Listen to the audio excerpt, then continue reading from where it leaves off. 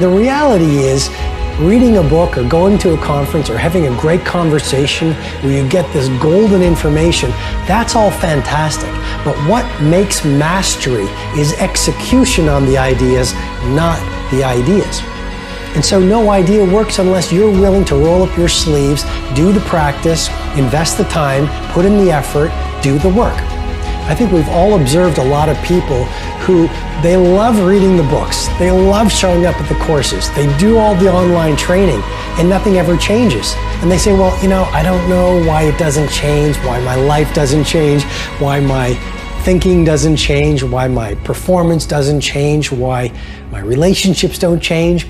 Well, it's because ideas don't work if you don't execute on them.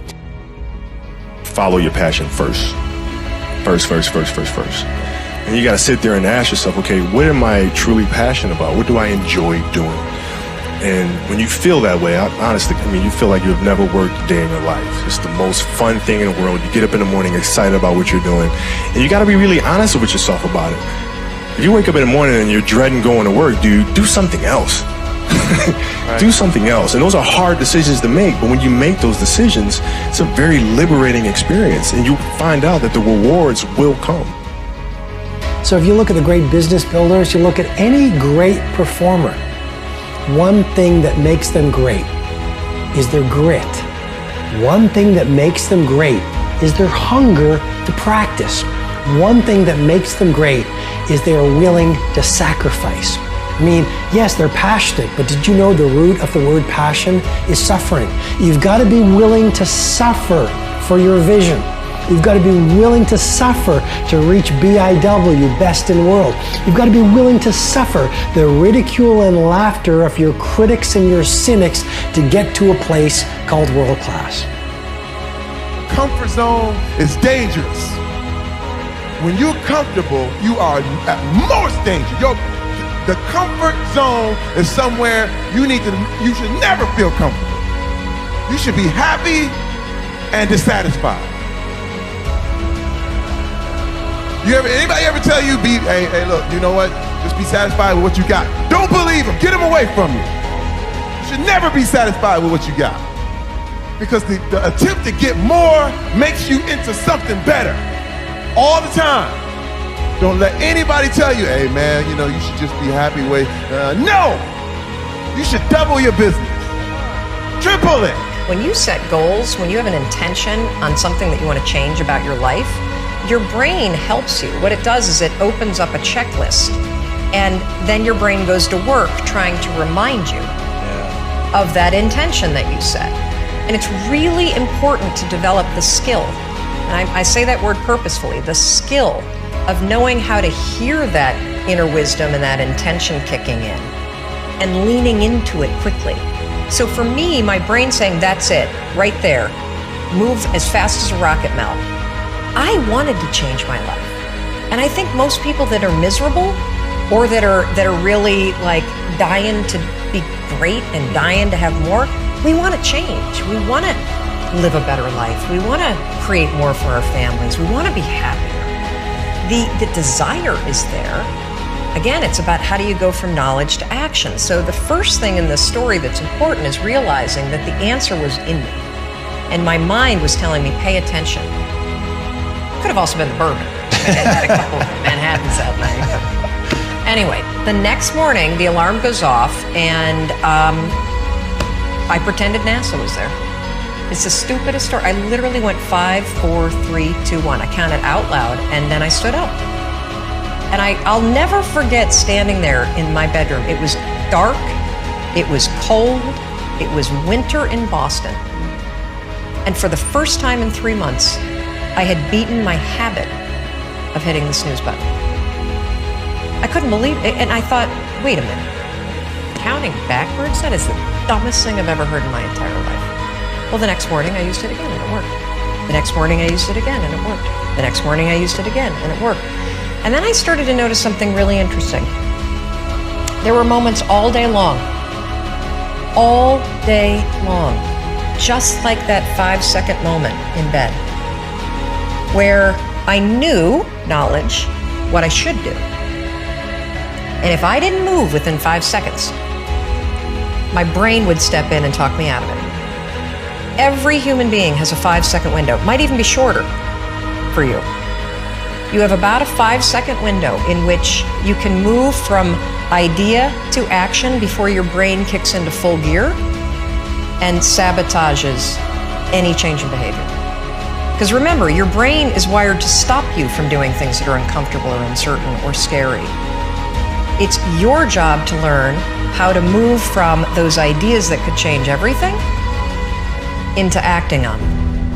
I want you to look at something right now. Think of some major goal you want, or maybe it's one you're already working on and you have experienced a lot of setbacks, a lot of defeats.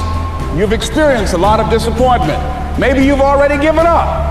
And maybe you just need a little fire, a little encouragement to get back in the game again. Here's what I want you to look at. There are winners, and there are losers, and there are people who have not discovered how to win. And all they need is some coaching. All they need is some help and assistance, just a little support. All they need is some insight or different strategy, a plan of action to make some adjustments that will open up the key to a whole new future for them, that will give them access to the unlimited power that they have within themselves. That's all that they need. So what I want you to do is think about something you want for you, that's real for you, that's important for you, that will give your life some special meaning and power. And I don't even want you to say, I can do that. I don't want you to assume that. See, 5 years ago, when I started out in this area, I would not have been able to make the mental leap that I would be up to where I am right now. I don't want you to begin to just psych yourself out. No. I want you to be able to say something to yourself that will enable you to maintain a level of integrity with yourself. That when you say this, even when you face tremendous setbacks, it will be a benchmark to keep you in the game, to keep you moving forward and experimenting and readjusting your strategy and your plan of action, continuously looking for ways to win. So what is that something? When you got an idea you want to move on, you might not have the money, you might not have the education, you might not have the support or the resources you need. What is that something that can keep us going, that will enable us to act on our dream? What's one of those keys that will begin to help us to discover the secrets to our dream? Here's what I want you to repeat after me, please, with power and conviction. Say, it's possible. That's all I want you to do when you look at your dream. Just say to yourself every day, it's possible. Just say that every day to yourself, it's possible. Because what does that do? See, it begins to change your belief system. See, the way in which we operate, ladies and gentlemen, it's a manifestation of what we believe, what's possible for us. Whatever you've done up to this point, all that it really is a duplication, it's a reproduction of what you believe subconsciously that you deserve and what's possible for your life.